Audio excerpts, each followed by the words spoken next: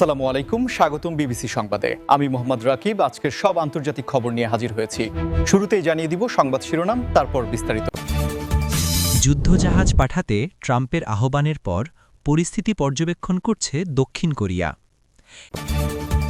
Epstein gang ইরানকে ফাঁসাতে 9/11-এর মতো ঘটনা ঘটাতে পারে লারিজানি। শাহেদ 136 নকল করে লুকাস ড্রোনে ষড়যন্ত্র যুক্তরাষ্ট্রের, সতর্ক করল ইরান। সৌদিতে ড্রোন হামলার সঙ্গে ইরানের কোনো সম্পর্ক নেই। ফ্রান্স হরমুজ প্রণালীতে কোনো যুদ্ধজাহাজ পাঠাচ্ছে না, প্রতিরক্ষামন্ত্রী।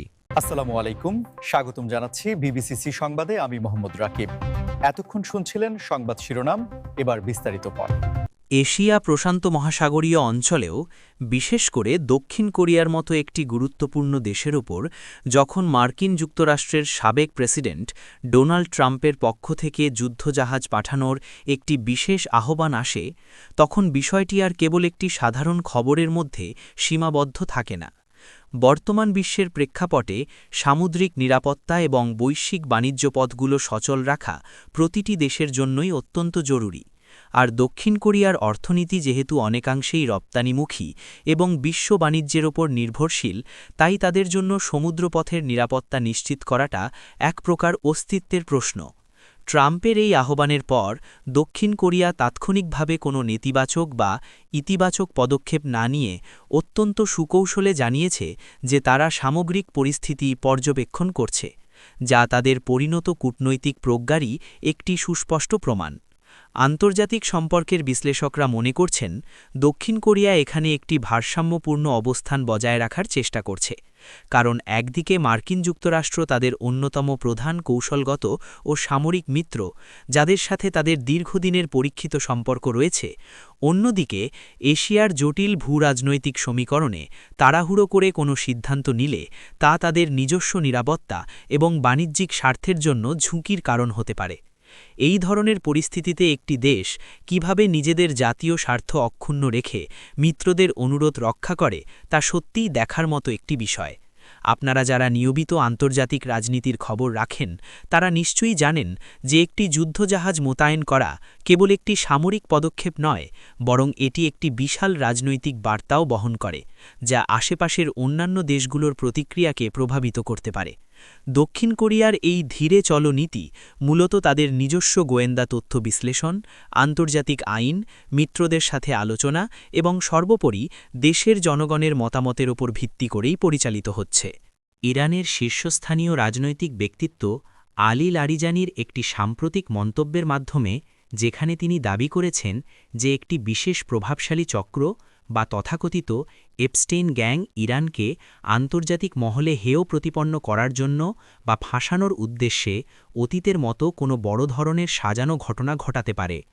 আধুনিক যুগে তথ্যযুদ্ধ বা ইনফরমেশন ওয়ারফেয়ার এবং মনস্তাত্ত্বিক কৌশল বা সাইকোলজিক্যাল অপারেশনস কিভাবে কাজ করে, এটি তার একটি চমৎকার উদাহরণ হতে পারে। লারিজানির এই মন্তব্যের অন্তর্নিহিত অর্থ বিশ্লেষণ করলে দেখা যায়, ইরান মূলত বিশ্ব সম্প্রদায়কে আগাম সতর্ক করার একটি কৌশল গ্রহণ করেছে, যাতে ভবিষ্যতে মধ্যপ্রাচ্যে বা বিশ্বের অন্য কোথাও যদি কোনো অনাকাঙ্ক্ষিত বড় ধরনের ঘটনা ঘটে, তবে যেন কোনো প্রমাণ ছাড়াই সরাসরি তেহরানের দিকে আঙুল তোলা না হয়। রাজনীতিতে এ ধরনের কৌশলকে অনেক সময় প্রি-এমপ্টিভ ন্যারেটিভ বিল্ডিং বা আগাম আখ্যান তৈরি করা বলা হয়, যার মাধ্যমে একটি দেশ নিজেদের প্রতিরক্ষামূলক অবস্থানকে আরও শক্তিশালী করে এবং প্রতিপক্ষের সম্ভাব্য কোনো অপপ্রচারকে আগে থেকেই দুর্বল করে দেওয়ার চেষ্টা করে। লারিজানি যখন এমন একটি স্পর্শকাতর তুলনা টানেন, তখন বুঝতে হবে যে আন্তর্জাতিক কূটনীতির পর্দার আড়ালে চরম মাত্রার এক অদৃশ্য লড়াই চলছে, যেখানে দেশগুলো কেবল সামরিক বা অর্থনৈতিকভাবেই নয়, বরং গণমাধ্যম এবং বৈশ্বিক জনমত নিয়ন্ত্রণের ক্ষেত্রেও তীব্র প্রতিযোগিতায় লিপ্ত।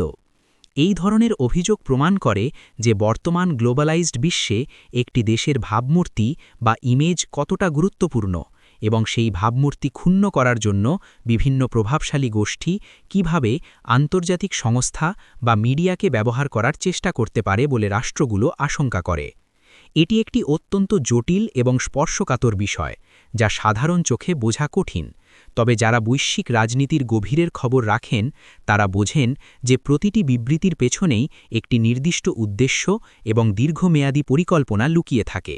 প্রযুক্তির উৎকর্ষের এই যুগে সামরিক বা প্রতিরক্ষা প্রযুক্তির উন্নয়ন এবং একে অপরের প্রযুক্তি নকল করার অভিযোগ আন্তর্জাতিক রাজনীতিতে এক নতুন মাত্রা যোগ করেছে, যার একটি জ্বলন্ত উদাহরণ হল ইরানের তৈরি বিখ্যাত শাহেদ ১৩৬ ড্রোন নিয়ে নতুন করে শুরু হওয়া এক বিতর্ক, যেখানে তেহরানের পক্ষ থেকে সরাসরি মার্কিন যুক্তরাষ্ট্রের বিরুদ্ধে অভিযোগ আনা হয়েছে যে তারা এই ড্রোনের হুবহু নকশা নকল করে লুকাস নামের একটি নতুন ড্রোন তৈরি করার মাধ্যমে এক ধরনের প্রযুক্তিগত ও কৌশলগত ষড়যন্ত্রে লিপ্ত হয়েছে।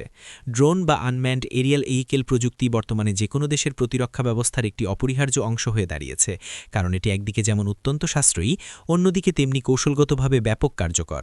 ইরানের শাহিদ ১৩৬ ড্রোনটি তার নির্দিষ্ট কিছু বৈশিষ্ট্যের কারণে বিশ্বজুড়ে ব্যাপক পরিচিতি পেয়েছে এবং এখন ইরান দাবি করছে যে যুক্তরাষ্ট্র তাদের এই সফল মডেলটিকে রিভার্স ইঞ্জিনিয়ারিং বা বিপরীত প্রকৌশলের মাধ্যমে নকল করেছে, যা আন্তর্জাতিক প্রতিরক্ষা শিল্পে মেধা সম্পদ বা ইন্টেলেকচুয়াল প্রপার্টি নিয়ে এক নতুন বিতর্কের জন্ম দিয়েছে। ঐতিহাসিকভাবে আমরা দেখেছি যে উন্নত দেশগুলো প্রায়শই উন্নয়নশীল দেশগুলোর প্রযুক্তির সমালোচনা করে থাকে, কিন্তু এক্ষেত্রে চিত্রটি সম্পূর্ণ উল্টো, যেখানে একটি উন্নয়নশীল দেশ খোদ একটি পরাশক্তির বিরুদ্ধে তাদের প্রযুক্তি চুরির বা নকল করার অভিযোগ তুলছে। এটি কেবল একটি প্রযুক্তিগত অভিযোগ নয়, বরং এটি একটি শক্তিশালী মনস্তাত্ত্বিক বার্তাও বটে, যার মাধ্যমে ইরান বিশ্বকে বোঝাতে চাইছে যে তাদের নিজস্ব প্রযুক্তির মান এতটা উন্নত পর্যায়ে পৌঁছেছে যে প্রথম বিশ্বের দেশগুলোও এখন তাদের মডেল অনুসরণ করতে বাধ্য হচ্ছে। এই ধরনের দাবি এবং পাল্টা দাবির ফলে বৈশ্বিক অস্ত্রবাজার এবং প্রতিরক্ষা গবেষণা খাতে এক ধরনের নতুন মেরুকরণকেলি হচ্ছে, যেখানে দেশগুলো নিজেদের প্রযুক্তিগত গোপনীয়তা রক্ষায় আরও বেশি সতর্ক অবস্থান গ্রহণ করছে। এই ড্রোনের বিষয়টি প্রমাণ করে যে ভবিষ্যৎ পৃথিবীতে প্রথাগত শক্তির চেয়ে প্রযুক্তিগত শ্রেষ্ঠত্ব অনেক বেশি গুরুত্বপূর্ণ ভূমিকা পালন করবে এবং যে দেশ এই প্রযুক্তির দৌড়ে এগিয়ে থাকবে তারাই কৌশলগতভাবে লাভবান হবে। সৌদি আরব এবং ইরানের মধ্যকার সম্পর্ক সবসময়ই বিশ্ববাসীর জন্য একটি অত্যন্ত কৌতূহলের বিষয়, বিশেষ করে যখন এই দুই প্রভাবশালী দেশের মধ্যে কোনো ধরনের সংঘাত বা অভিযোগের ইস্যু সামনে আসে। ঠিক যেমনটি ঘটেছে সাম্প্রতিক সময়ে সৌদি আরবের একটি গুরুত্বপূর্ণ স্থাপনায় ড্রোন হামলার ঘটনার পর, যেখানে ইরান খুব দ্রুত এবং অত্যন্ত শক্ত ভাষায় জানিয়ে দিয়েছে যে এই ঘটনার সাথে তাদের বিন্দুমাত্র কোনো সম্পৃক্ততা নেই।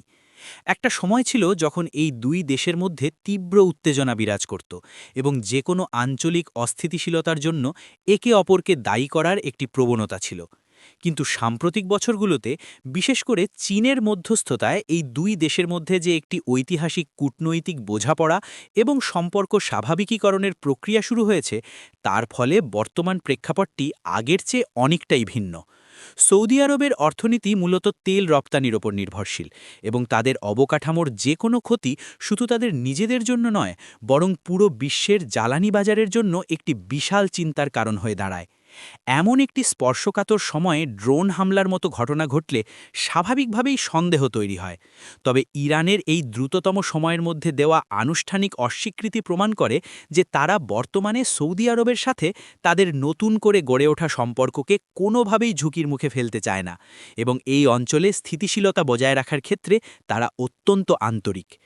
বিশ্লেষকরা মনে করছেন মধ্যপ্রাচ্যে এমন অনেক তৃতীয় পক্ষ বা গোষ্ঠী থাকতে পারে যারা হয়তো চায় না যে সৌদি আরব এবং ইরানের মধ্যকার এই শান্তিপূর্ণ সহাবস্থান দীর্ঘস্থায়ী হোক এবং সেই কারণেই হয়তো এই ধরনের হামলার ঘটনা ঘটিয়ে দুই দেশের মধ্যে একটি কৃত্রিম ভুল বোঝাবুঝি বা সংঘাত উস্কে দেওয়ার চেষ্টা করা হচ্ছে। ইরান এই বিষয়টি খুব ভালোভাবে অনুধাবন করতে পেরেই অত্যন্ত পরিপক্ক কূটনীতির পরিচয় দিয়ে দ্রুত নিজেদের অবস্থান পরিষ্কার করেছে, যাতে কোনো ধরনের মিডিয়া বা আন্তর্জাতিক মহল এই ঘটনাকে পুঁজি করে মধ্যপ্রাচ্যে নতুন করে কোনো অস্থিরতা তৈরি করতে না পারে। হরমুজ প্রণালী, যেখান দিয়ে প্রতিদিন বিশ্বের বিপুল পরিমাণ জ্বালানি তেল পরিবাহিত হয়, সেখানে যে কোনো ধরনের সামরিক উপস্থিতি বা উত্তেজনা সারা বিশ্বের অর্থনীতিতে সরাসরি প্রভাব ফেলতে পারে। আর ঠিক এই কারণেই ফ্রান্সের প্রতিরক্ষামন্ত্রী সাম্প্রতিক একটি ঘোষণা আন্তর্জাতিক মহলে ব্যাপক স্বস্তি এনে দিয়েছে, যেখানে তিনি স্পষ্টভাবে জানিয়েছেন যে ফ্রান্স আপাতত হরমুজ প্রণালীতে কোনো ধরনের যুদ্ধজাহাজ পাঠাচ্ছে না।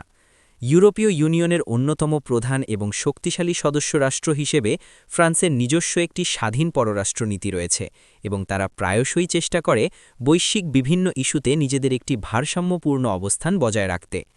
হরমুজ প্রণালীর মতো একটি সংবেদনশীল অঞ্চলে, যেখানে আগে থেকেই বিভিন্ন দেশের সামরিক উপস্থিতি এবং ভূরাজনৈতিক উত্তেজনা একটি স্নায়ুচাপ তৈরি করে রেখেছে, সেখানে নতুন করে কোনো ইউরোপীয় শক্তির যুদ্ধজাহাজ মোতায়েন করা হলে পরিস্থিতি আরও জটিল আকার ধারণ করতে পারত। ফ্রান্সের এই সিদ্ধান্ত প্রমাণ করে যে তারা কোনো ধরনের অপ্রয়োজনীয় সামরিক উত্তেজনার অংশ হতে চায় না, বরং তারা কূটনৈতিক আলোচনা, আন্তর্জাতিক আইনের প্রতি সম্মান প্রদর্শন এবং শান্তিপূর্ণ উপায়ে যে কোনো সমস্যার সমাধানের উপর বেশি জোর দিচ্ছে। ইউরোপ বর্তমানে এমনিতেই নানাবিধ অর্থনৈতিক এবং জ্বালানি সংকটের মধ্য দিয়ে যাচ্ছে, তাই হরমুজ প্রণালীতে যদি কোনো কারণে বাণিজ্যিক জাহাজ চলাচলে বিঘ্ন ঘটে, তবে সেটি ইউরোপের পাশাপাশি পুরো বিশ্বের জন্য একটি বিপর্যয় ডেকে আনতে পারে, যা ফ্রান্স খুব ভালোভাবে উপলব্ধি করতে পেরেছে। এই পদক্ষেপের মাধ্যমে ফ্রান্স কেবল তাদের নিজস্ব অর্থনৈতিক স্বার্থই রক্ষা করেনি, বরং আন্তর্জাতিক সম্প্রদায়ের কাছে একটি ইতিবাচক বার্তাও পৌঁছে দিয়েছে যে সব সমস্যার সমাধান সামরিক পন্থায় হয় না, এবং অনেক সময় সংযম প্রদর্শন করাটাই সবচেয়ে বড় কূটনৈতিক সাফল্য হিসেবে বিবেচিত হয়।